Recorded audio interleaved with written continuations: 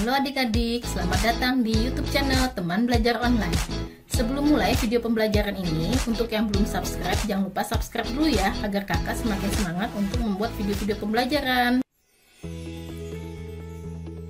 Pada video kali ini, kakak akan membahas tentang resultan vektor dengan metode analitis.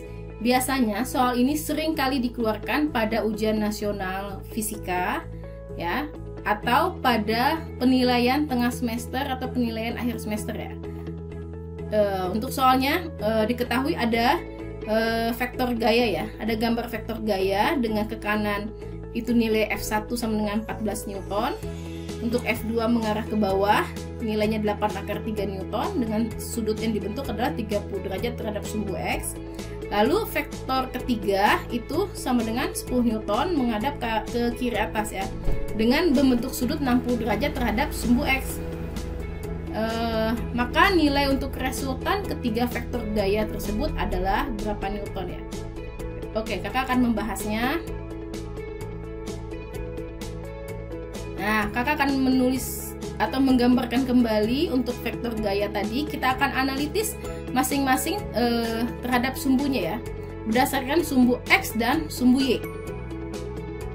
Kita aturan tanda dulu. Untuk sumbu X sebelah kanan dia bernilai positif, untuk di sebelah kiri nilainya negatif, untuk di sebelah atas untuk sumbu Y bernilai positif, dan di sebelah bawah nilainya adalah negatif.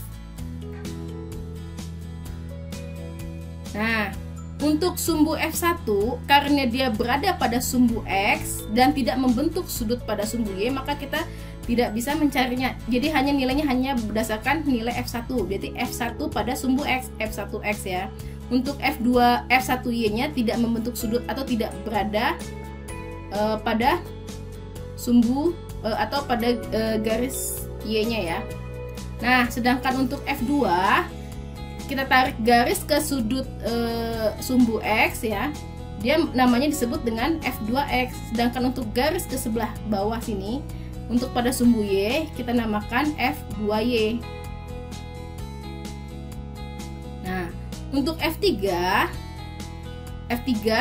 kita proyeksikan terhadap sumbu X, kita namakan F3X. Sedangkan untuk proyeksi F3 terhadap sumbu Y kita namakan dengan F3Y. Nah, kakak akan analitis ya masing-masing terhadap sumbunya. Untuk sumbu X kita akan mencari dengan F dikalikan dengan cos alfa. Sedangkan pada sumbu Y kita cari dengan F sin alfa. Lalu kakak akan tuliskan F1 nilainya F2, F3 dan jumlah vektornya ya. Nah, untuk F1 karena dia berada di sumbu X dan tidak membentuk sudut terhadap sumbu Y, maka nilainya adalah cosnya 0 ya, atau membentuk 0 derajat. Kita dapat tuliskan seperti ini. 14 Newton dikali dengan cos 0 derajat sama dengan 14 dikali 1. Cos 0 derajat itu sama dengan 1 ya. Maka nilainya adalah 14 Newton. Nah, bagaimana dengan F2? Tadi F1 dia nilainya positif ya, karena berada di sebelah kanan sumbu X. Untuk F2 dan F3 ya, lihat pada sumbu X-nya ya, berada di sebelah kiri. Berarti dia kita kasih langsung tandanya adalah negatif. Untuk F3 juga sama.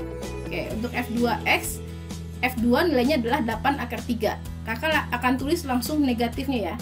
Negatif 8/3 dikali dengan cos 30.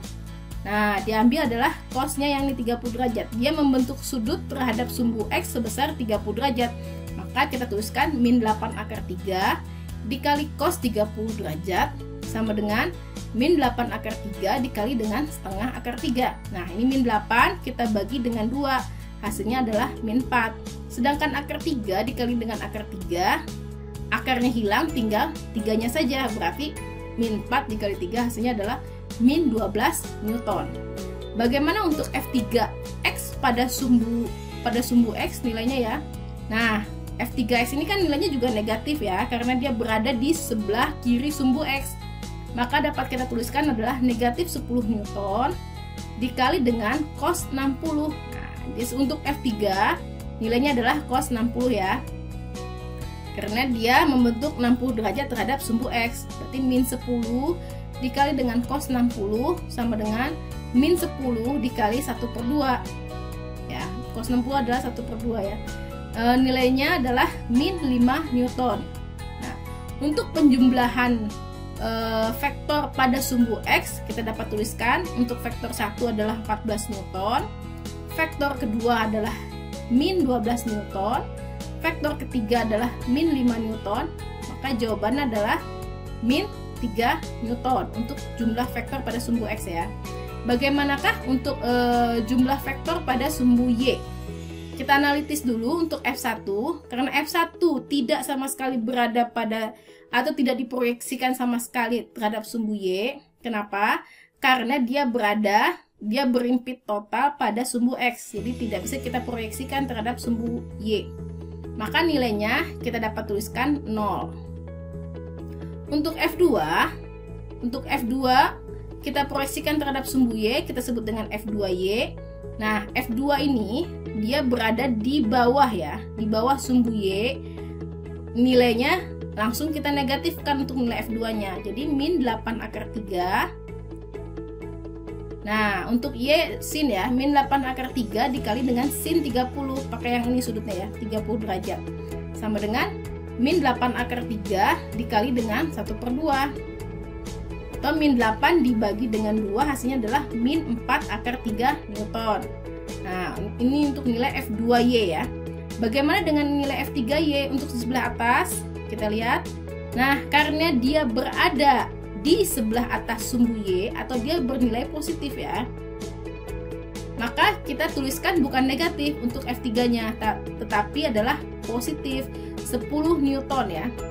10 Newton dikali dengan sin 60, yang ini sudut yang dipakai. Sin 60 sama dengan 10 dikali 1/2/3, atau sama dengan 10 kita bagi 2 hasilnya adalah 5/3 Newton.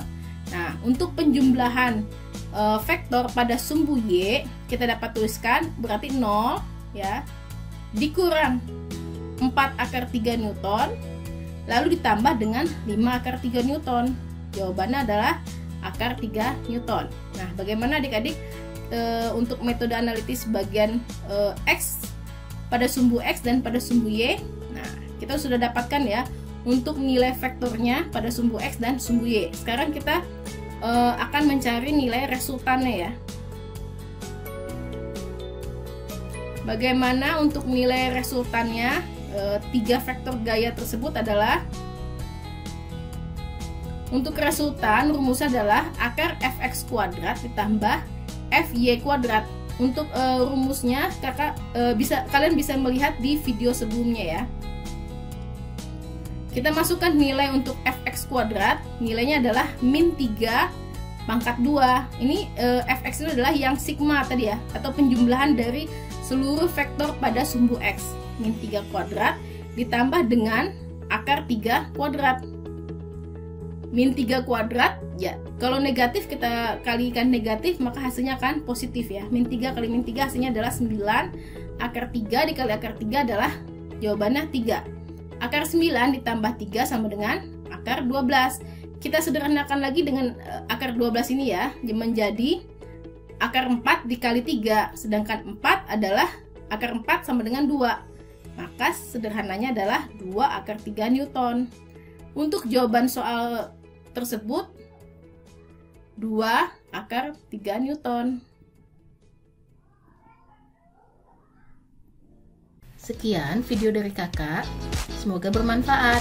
Jangan lupa komen, like, dan share ya ke teman-teman kamu. Terima kasih.